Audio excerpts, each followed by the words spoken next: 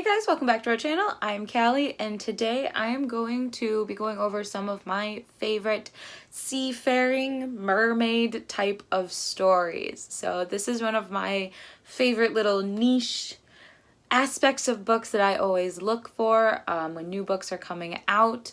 So I have a fair amount of books to go through because I have collected a ton of mermaid seafaring stories that I'm gonna talk to you guys about. The first kind of grouping are the generic retellings, and they are anything but generic. So the first one is To Kill a Kingdom by Alexandra Christo. This is a retelling of The Little Mermaid, but instead of the Little Mermaid pining for the prince, the Little Mermaid is trying to kill the prince. So this creates a really awesome atmosphere.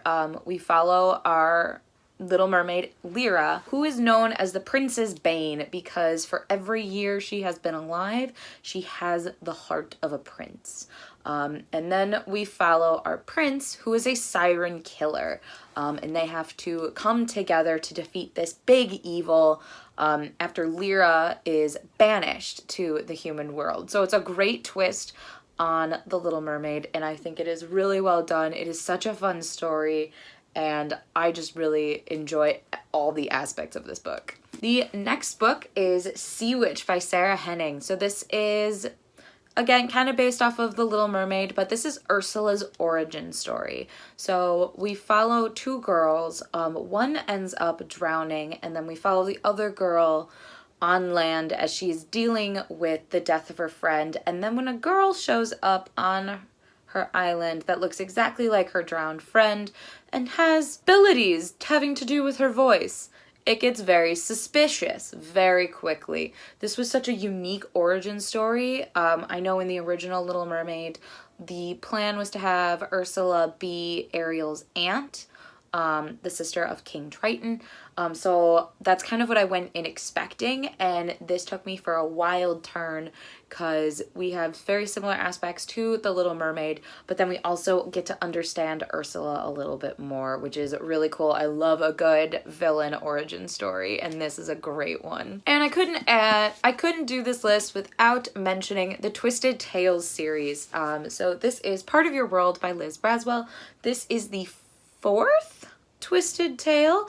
There are several of these out there. Basically, this is a series of books put out by Disney by different authors that take Disney movies and change one aspect and see where the story goes from there. So this one is pretty straightforward. Is what if Ariel never actually defeated Ursula? So I think this is really well done. So this takes place at the point of the movie where Triton has been turned into that weird little kelp thing, and Ursula is still in Vanessa's body and has the powers of the sea. So Ariel is actually still mute, which creates a lot of interesting dynamic because she uses sign language for most of the movie, which is so unique and just very intriguing. And it is a great story. You get to see Ariel and Ursula and your favorite characters from The Little Mermaid in this one, and it is just, I love this series. I highly recommend any of them. There are so many out there, and there are still more to come. I know the Cinderella one just dropped, and in September we're getting our Alice in Wonderland one. So highly recommend this if you are a huge Disney fan like I am. So the next couple of books that I have are more piratey kind of adventures. So the first one that I have is Seafire by Natalie C. Parker. This follows a girl named Caldonia who her parents were killed by pirates, so she grew up and created her own all-female crew to take revenge. This was such a fun story. I loved this pirate adventure. This one is very reminiscent of Pirates of the Caribbean, but with an all-female crew. There's curses. We get a lot of character development of the girls on the ship, and it is just a wild ride of piratey adventures. They're such a vigilante crew, and their adventure is really fun. I believe this one is a trilogy. Only the second book is out, but I would still highly recommend these. The next one that I have is Daughter of the Pirate King by Tricia Levenseller. This is basically What If Jack Sparrow Was a Woman? That's this book. It's glorious. I loved Alosa. So we're following Alosa, who is trying to find an artifact for her father, the Pirate King. And it is just such a wild ride. Alosa has the best lines. She and our pirate have the best banter. So she's a stowaway on this pirate ship trying to steal an artifact for her father. And then we have this pirate crew who just super doesn't trust her, obvious reasons. And it creates such a dynamic story that is just super fun and perfect for a beach read. And the last one that I have for pirate adventures are All the Stars and Teeth by Adalyn Grace. So this one, we follow a princess of a world where you have to have a specific type of magic when you are the heir, and during her presentation, she has a different type of magic. So she is banished from her island, and she has to go on this adventure with a pirate and a mermaid to figure out why she doesn't have the correct power, and then figures out her family's cursed. So it's a whole thing. This one was really fun. I will say that the pacing near the end was a little rushed, but overall, Vitea, who is the mermaid in this book, is by far one of my favorite side characters I have ever read. She is so dynamic and just such a powerful creature, and she helps this story along so much, and I love her for that. So highly recommend this one.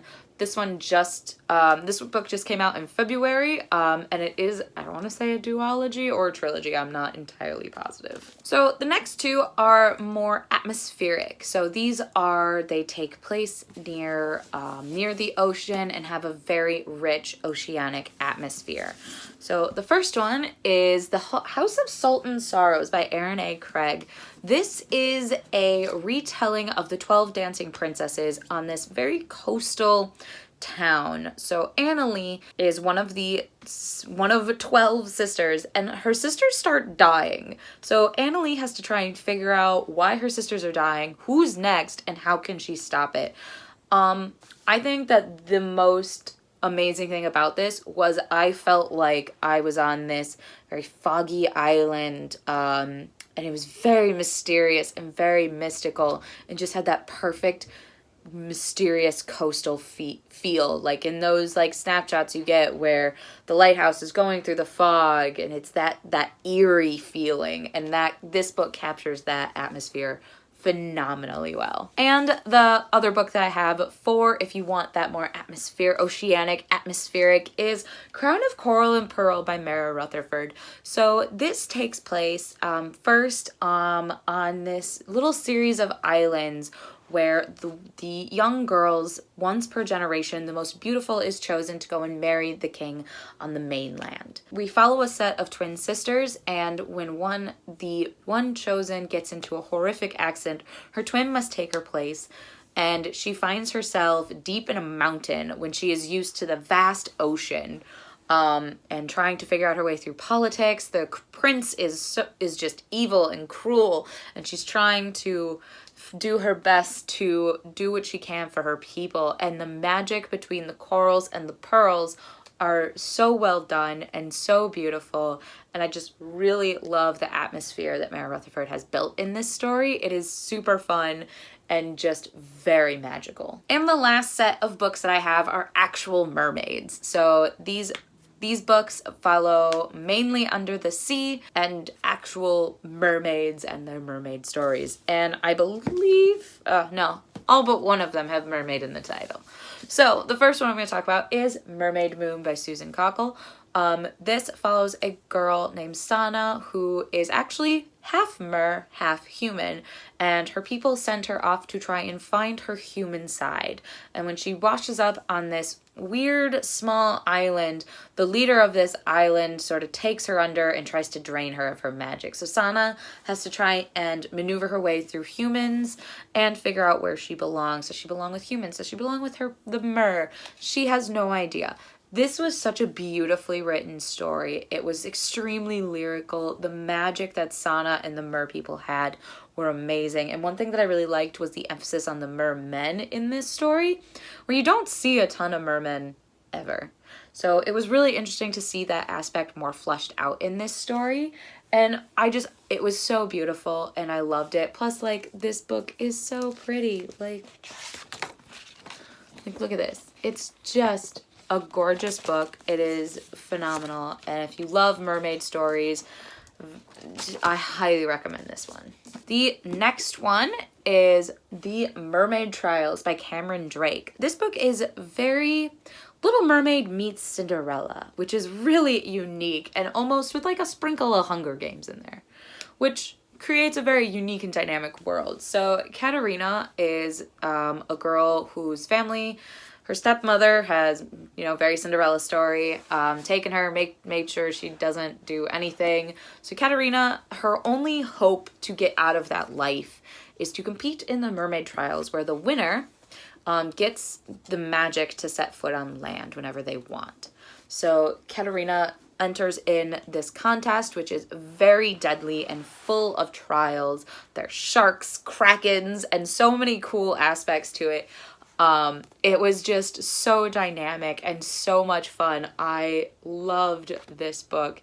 There was a unique aspect with the step siblings, and I really liked that. And just Katerina was a phenomenal character, and I really loved her. And the trials were so cool and so dynamic and had such depth to them.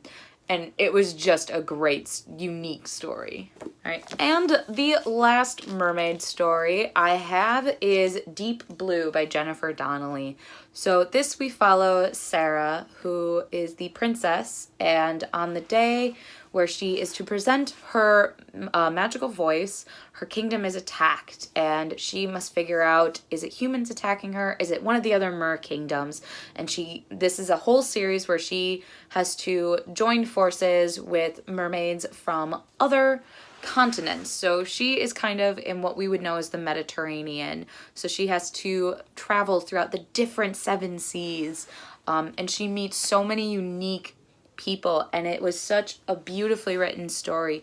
The way that Jennifer Donnelly describes their tales, their mannerisms, is so unique. This one is the only mermaid story I have where humans do not play a huge role. This is extremely, my pile of books just fell.